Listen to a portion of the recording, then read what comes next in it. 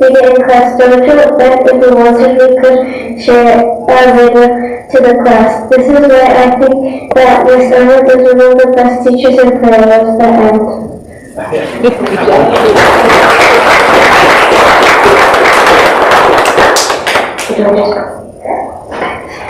Hi, I'm Lucas and I am Miss Arnold in 3rd grade last year. I really enjoyed being in Miss Arnold's class because she is helpful and caring. She always took time to explain things and check in to make sure I understood. She taught me a lot of Spanish and helped me feel confident in speaking it. Miss Arnold also makes learning fun. One of my favorite activities was when we learned about bicycles. We watched caterpillars swim with the butterflies and then released them. I'm so happy that I got to be in Miss Arnold's class. She's a great teacher. Felicidades, señora Arnold, y gracias por enseñarme tanto español.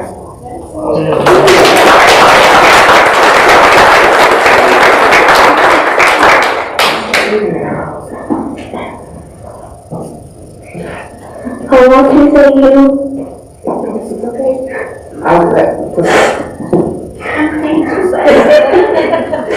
Says Miss Nadia, I want to thank you for your helping hand, for your welcoming smile and your big heart. Thank you for always believing in me and celebrating the little and big wins. I will forever treasure and never forget the memories we have made over the last 4 years. You taught me to be confident, reminded me that I could do it if I tried, taught me to always have courage, to take one small step at a time, and to always be myself. You have always been such a great friend and support to me. Thank you for always pushing me to be the best version of me. I just wanted to let you know how much you truly mean to me. Thank you for leaving your unforgettable mark on my educational journey. Colin Axelson.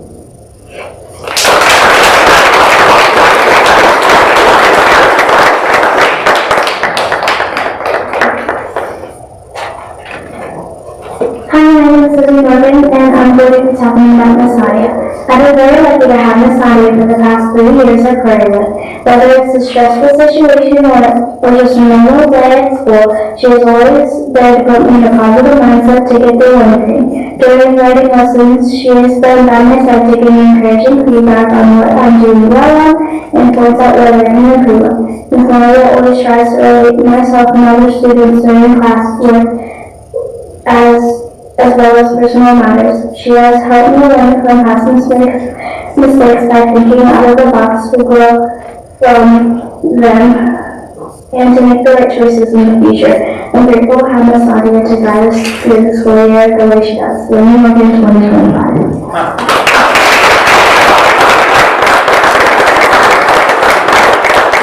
You help me congratulate Sonia Arnold.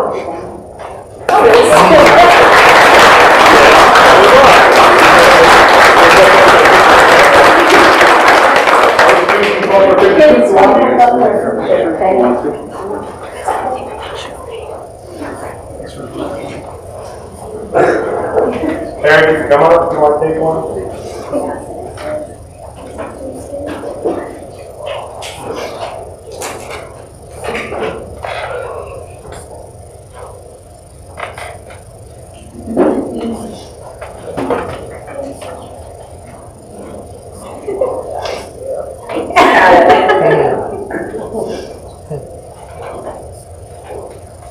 Congratulations. Thank you so much.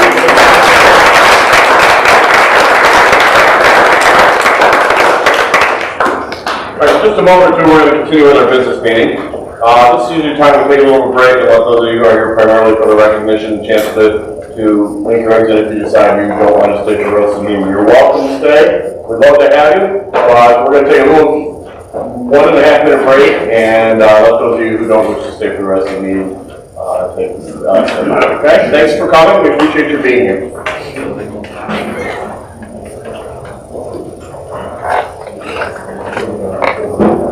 Thanks for coming, everybody.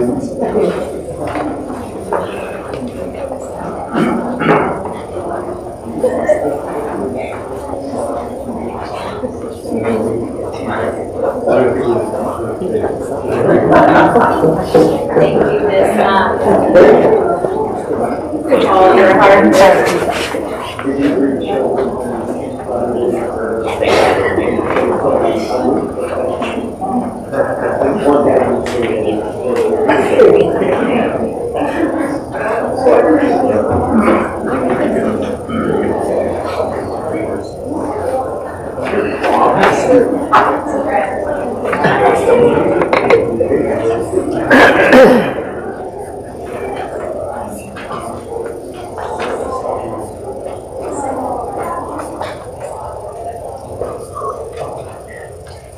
Okay, our next item on our agenda then is communications. Communications are time for community members and district employees to express their point of view, not to debate an issue. There's a sign-up sheet for the public to identify their name, address, phone number, name of organization represented, if any, and a brief description of the topic to be addressed.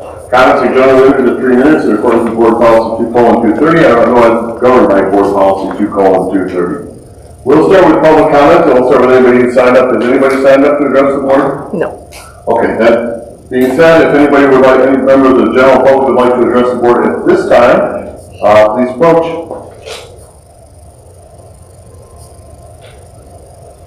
Okay, last chance for public comments.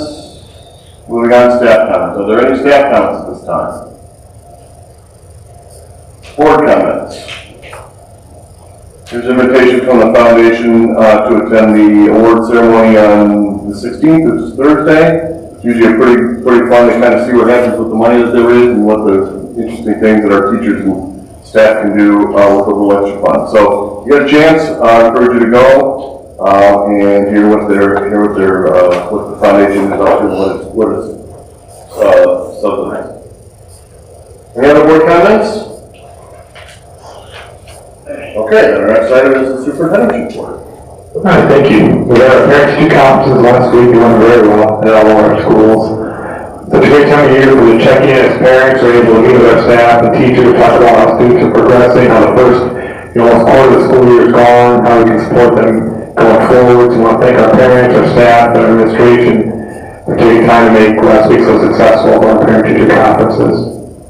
And then, just like Carl mentioned, let you know that on Thursday, October 16th, 2 days from now, the District Current Education Foundation will host an annual mini grant reception at Woodstock D200 High School, starting at 4 p.m. in the Commons. Foundation will be able to grant over $20,000 in grants to District Current classrooms this year. For the first time since the pandemic, they will award the Super Elmore Award of Excellence. So, very excited. It will be a fun afternoon, and we'd love to see everybody there. Thanks. Have a great week. Okay, thank you.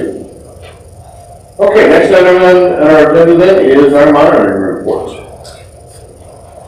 All right, we're going to start with school improvement plans. We're going to have a smorgasbord here of our different levels, and principals and controllers go over a general overview of what's happening from elementary, middle, and high school. First, we're going to Nikki Larry going to start us off. Alright, so for elementary, we are in our 3rd year of the implementation of the Eureka Math Square curriculum, and this year we are adding in spring math fluency intervention to help our students with their math fluency. We have our PLCs twice a month focused on math, where we will do a deep dive into each module and do some backwards planning with the teachers and with the instructional coaches. And this year for math, one of the things we're focusing on is small groups. So we're using the daily exit tickets paired with the topic quizzes to plan for small group instruction. In literacy, 2 of our elementary schools are implementing a new literacy curriculum this year called Benchmark Advance in 3rd, 4th, and 5th.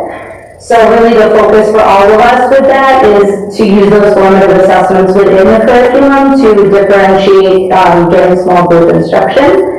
And we are continuing to use the Lexia Core 5 program to accelerate the reading skills of all of our students. And of course we have our win time, which is what I need in literacy, where we directly target what students need. So some will be in gifted groups, some will be in extension groups, and some will be in targeted literacy intervention groups.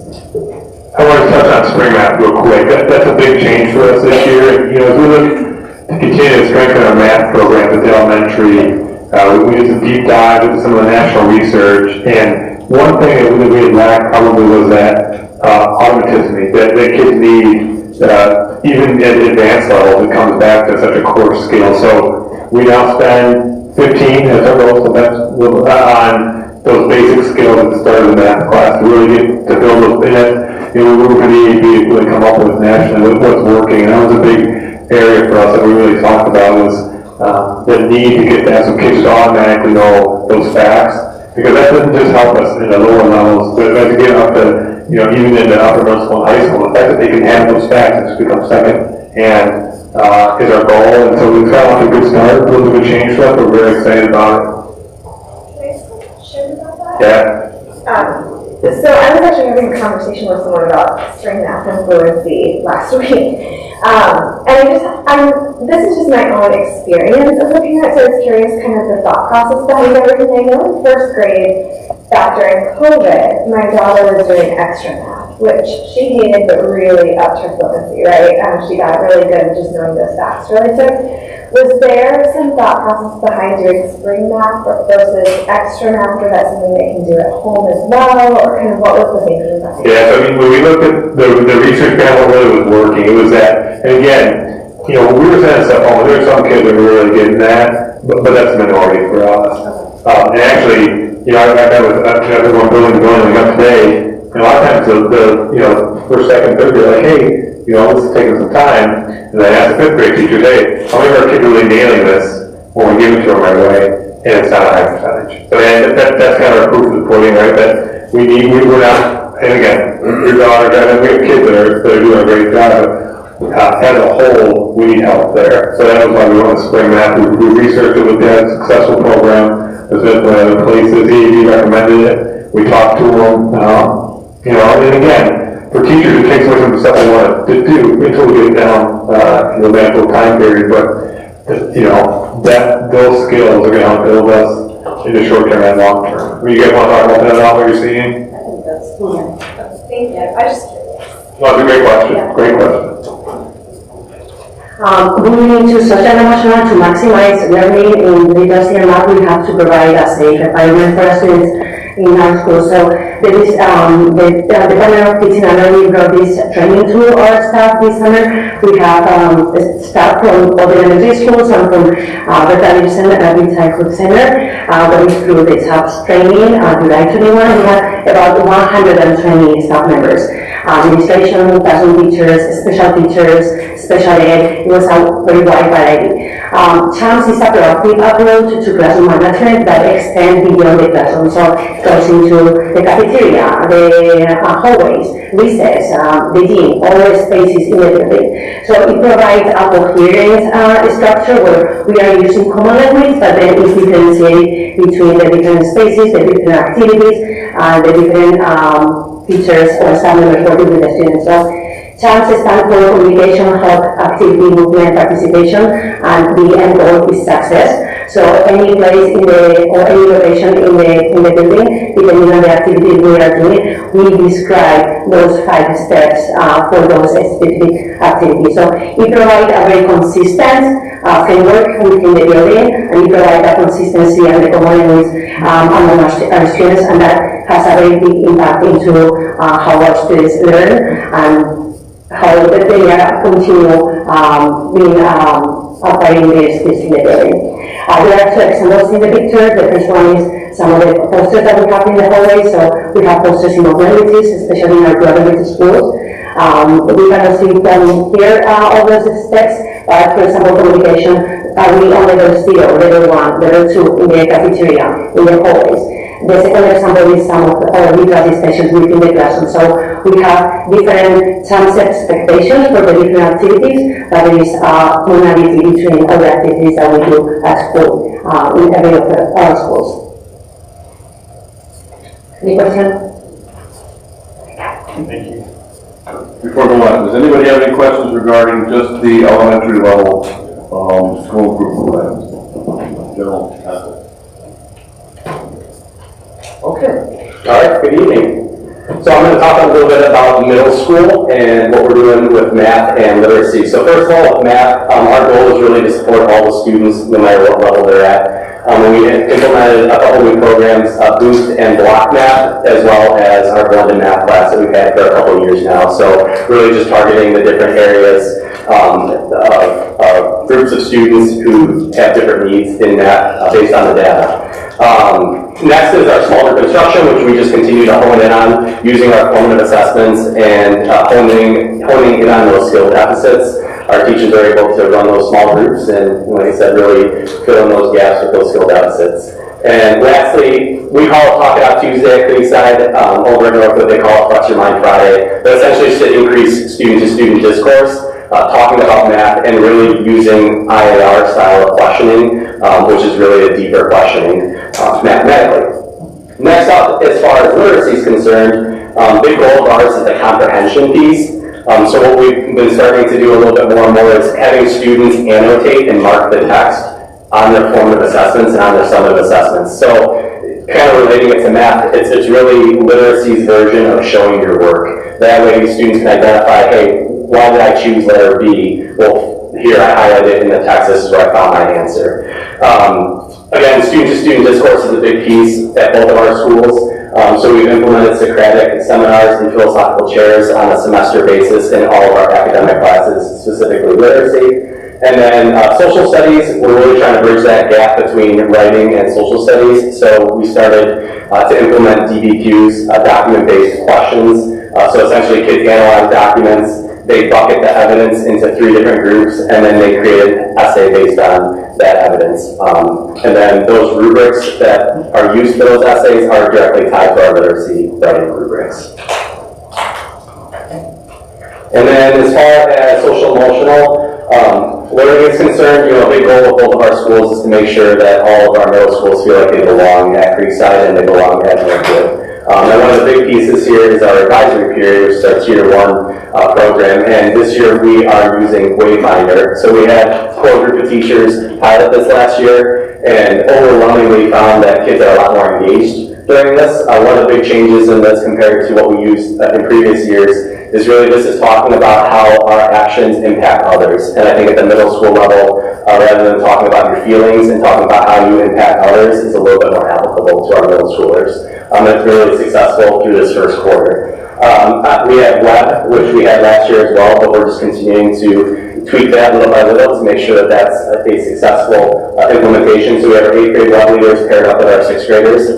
So we just keep getting better and better with that implementation. So our 8th grade web leaders also meet monthly with our 6th graders to make sure that they're feeling good and feel welcome at Creekside and at Northwood. And then lastly, talking about belonging, we each implement a sense of belonging survey, which kids just took a couple weeks ago. And that's really asking kids, on a scale of 1 to 4, how do you feel like you belong at school? And then also ask kids whether or not they have a trusted adult and a peer in the school. And our goal there is to look at that and see, hey, this kid doesn't have a trusted adult in the building, and that allows our teachers to really hone in on that student and try to make sure that they build a relationship with that student. So that's middle school in a nutshell. Does anybody have any questions regarding the middle school improvement plans or comments? Thank you. Awesome. High school. Okay, good evening everyone. Talk a little about the high school level at this point. We'll start with math. We really started this year by focusing on just how small group instruction can really target certain skills. We're trying to identify those areas for growth and making sure that we're getting after those areas. We are continuing our journey with just making sure we're hearing more in math about discourse and just making sure we're talking and using that grade level vocabulary. And we're still using the progressive math warm-ups and formative assessments to really sharpen their ACT skills. When it comes to English, we are diving into a number of things, but a lot of it centered around argumentation. You'll see us working on things like how cause and effect helps build a certain argument and what that impact is, how you might use diction to create a certain tone in support of a certain argument, and inevitably kind of leading to what the author's point of view is and the impact inside that piece. And we also will be implementing some new ACT classes this year just to continue to target instruction in those key academic areas and really just get our students completely ready strategies, skills, and maybe most importantly, the confidence to be successful on the ACT. When it comes to social studies, science, and then AVID, we are in social studies starting to work on specific skill-based readings. They're both aligned with content, but really diving into nonfiction reading and the complexity of some of those texts, looking specifically at primary sources that show up often. So those are the skill-based readings that really are important to their growth. In science, we're continuing our work on interpreting charts, tables, and graphs, and just how we draw conclusions, but really moving this year into how we use, how the claims that we have are supported by different pieces of evidence. And then finally, some AVID strategies that we're continuing with. Pre-reading, where we really start to set the purpose for reading right out the gate, and then during reading, how they're organizing their notes, and finally post-reading, where it all kind of comes together and we can really see what's the importance and the relevance of that text. I really like what we're doing with Adam when it comes to some critical thinking and just figuring out how do you break down some of these complex thinking and critical pieces into very manageable parts, specifically in nonfiction, and then how that can later show up in student writing, keep their arguments very logical and focused.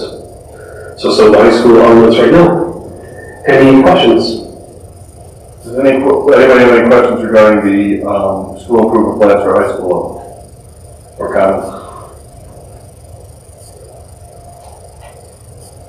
Does anybody have any questions or comments regarding the overall, anything regarding the school improvement plan?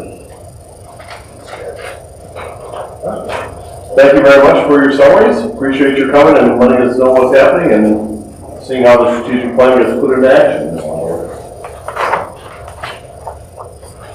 Okay, we have no unfinished business, so we're going to do business. The first item of new business is the improvement of an intergovernmental cooperation agreement for mutual assistance in response to crises in the public schools of McHenry County, Illinois. This was set up by the LRE for all schools in the county. Looking at it, it's the opportunity, but it doesn't really tie us into anything. If there's an opportunity for us to help someone, allow us to do it, and to do so with an understanding we can do it. Hodges looked at the agreement, thought it was fine, so using other counties. Most important thing is it doesn't really tie us in. Doesn't think we have to do anything, but if something's happened somewhere else, we would have to do here, right? We need people's help. It just provides a vehicle to receive help and give it as we can without tying us into, like, you have to do this. There's a nominal fee involved for an hour a year just to set up and run it. But, just kind of be a good neighbor more than anything else, I think. Okay, does anybody have any questions or comments regarding the intergovernmental agreement? Looks like it's $250 is the fee. Yeah.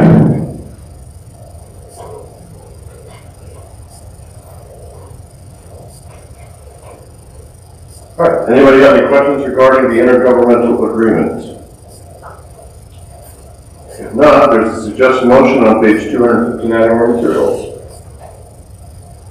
Move to approve an intergovernmental cooperation agreement for mutual assistance in response to crises in the public schools of McHenry County. Second. Motion by Mr. Headley, seconded by Dr. Bidwell. Roll call, please. Mr. Headley? Yes. Dr. Bidwell? Yes. Mr. Parisi? Yes. Mr. Homo? Yes. Mr. Maselli? Yes. Dr. Ferris? Yes. Mr. Gilmore? Yes. Okay, that's all our new business. Last item on our agenda then is the committee reports. If any committees met or any committees have anything to report since our last meeting. I will report the AI committee met on September 25th to find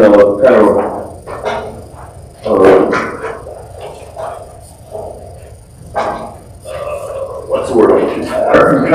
Kind of an opening, we're planning on January 5th as being a day of having the teachers get some training in AI and what they need and training in their various AI programs. And they are doing a survey right now in terms of the needs and so forth for that presentation. So that'll be on January 5th, as I understand it. And that's all I have to report on AI. Any other committee reports? All right, if there's nothing else, I would entertain a motion to adjourn. So moved. Second. Motion by Dr. Ferris, seconded by Dr. Bidwell. Roll call, please. Dr. Ferris? Yes. Dr. Bidwell? Yes. Mr. Parisi? Yes. Mr. Maselli? Yes. Mr. Homo? Yes. Mr. Headley? Yes. Mr. Gilmore? Yes. Not much, so.